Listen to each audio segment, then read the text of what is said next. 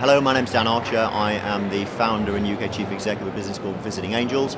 We're a domiciliary care provider operating in the private space, and we've got 72 franchisees across the UK.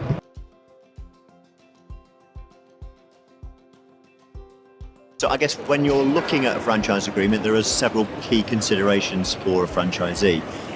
Obviously, you need to understand how long the commitment with the franchisor is, what we call the term of the franchise agreement. And those are typically either 5 years or 5+5, possibly a 10 or even maybe a 20-year relationship. You also really need to understand the obligations within that franchise agreement. And within every good franchise agreement, there will be obligations on the franchisor, and there will also be obligations on the franchisee. There will be limitations on the franchisor, and there will be limitations on the franchisee. So again, it's really important to understand how that structure works. Although franchise agreements are a very important part of franchising, they're not an operational part of franchising at all. They're a bedrock, really, and we talk in franchising about a franchise agreement being signed at the beginning of the relationship and hopefully going into a drawer and never being seen again. But it is important, I think, for a franchisee to understand that when you're looking at a franchise agreement, you might perceive the terms to favour the franchisor, not to favour the franchisee. And this is very important because the franchisor is not where the risk comes from in this relationship. In a network of several franchisees, there is always far more risk from another franchisee. So the way to think, I think, about that franchise agreement is that it is protecting your investment from the actions of one of your neighbouring franchisees, just to make sure your investment isn't damaged by something that they may do which is outside of the remit of the franchise relationship.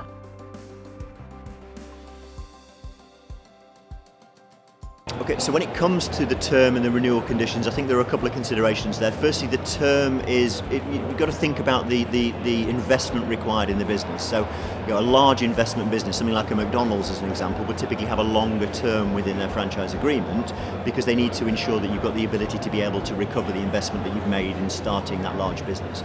Now, typically you find that franchise terms in the UK are 5 years, and normally we're with a 5-year right of renewal.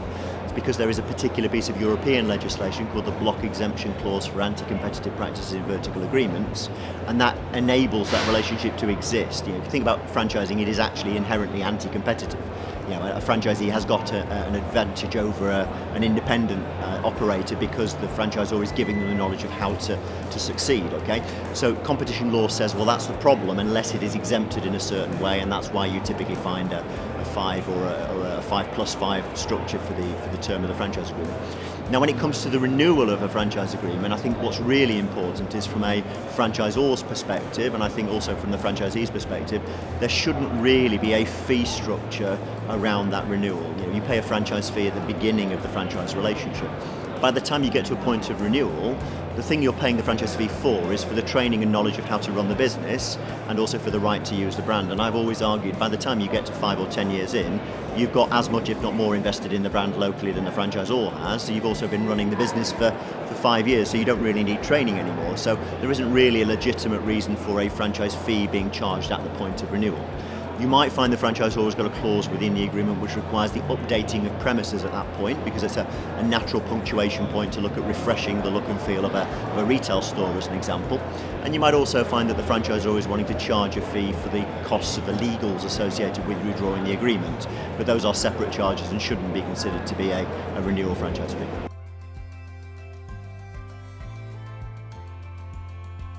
So I think it's a really important consideration within franchise agreements that the territory is very clearly defined. And the reason for that is that the franchisee is buying usually exclusive rights to operate in a certain geographic area. Now, if you're going to buy those exclusive rights, you need to make sure that you are prevented from operating in a neighbour's territory and that your neighbour is prevented from operating in your territory. So unless you know where the boundaries of that territory lie, it's really difficult to enforce that. You want to make sure that the franchisees within a group are working collectively to further the brand together, not fighting with each other about the border regions in between each territory. Okay, so it's really important to define that within the agreement. I think you'll find that some of the restrictions with regard to marketing also play into that.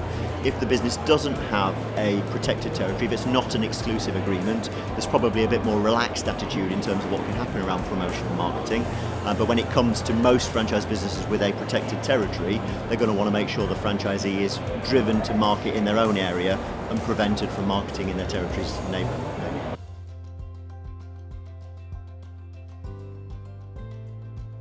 So when it comes to the fee structures within franchising, I mean, there are several fees. Firstly, it's important to understand, and those fees are always clearly defined within the franchise agreement. So I think really they typically fall into three areas. There would be the upfront franchise fee, so the monies that are paid to the franchisor when the franchisee first joins. Then there's the ongoing fees, and the ongoing fees might be an amount for management services, what we call a management service fee, MSF, or indeed something for national promotion. If the franchisor operates a collective marketing fund, that would be paid into typically on a monthly basis by the franchisee as a part of ongoing revenue. So two different sorts of fees with two different jobs to do, I would say. So the upfront franchise fee is to cover the cost of onboarding the franchisee, the cost of training the franchisee, for the franchisor to recover some of the recruitment costs of acquiring that franchisee within the business in the first place, but absolutely shouldn't be a profit centre for the franchisor. Okay, they should not make money from selling franchises, and an unusually large franchise fee at the beginning and a low ongoing royalty or management service fee might appear attractive to a franchisee, but in that situation you've got to remember the franchisor hasn't got a vested interest in your success in that situation. Okay, so I would say that we're looking at cost recovery for the upfront fee. It's to cover the cost of training or onboarding and a right to use that brand. And also, when you start as a franchisee, if the management service fees are paid as a percentage of revenue, you've not got much revenue when you first start, and you probably need more support when you first start. So again, that franchise fee helps to compensate for that. On an ongoing basis, the management service fees are exactly that. They are fees paid to a franchisor for management services received. So what's a good percentage figure is a question I often get asked, and the reality is it sort of depends on what you're getting for that. You know, a franchisor charging you 22% and providing you with an extensive support structure, including raw materials and marketing support and collateral and admin support, that's probably not bad value compared to 4% and the franchisor is doing nothing other than sending you a postcard once a year. Okay, so the only real way you can look at whether that royalty or that management service fee represents an ongoing good value relationship is by comparing one franchise system with another and seeing, for the percentages over here, what do you get, and for the percentages over there, what do you get. Final point I would say in terms of ongoing fees is that the marketing levy that a franchisor may charge if they are running a centralised marketing pot can only be used for the marketing of the brand. Okay, it can't be used to recover the cost of recruitment, and a franchisor should be transparent with their franchisees on where the money is spent. And I would say a good franchisor, and we've 72 franchisees across our business. We also have committees within our business that look at where that pot gets spent. So I'm asking my franchisees on an annual basis to consult with me on the marketing plan for the use of that marketing levy, and that's the right way, I think, for the relationship to be structured, because the 1.5% that our franchisees pay to me are not my money. It's their money. We are just the custodian of it. You know, the fees that I am able to keep are the ones that they send me for management service fees. So hopefully that works.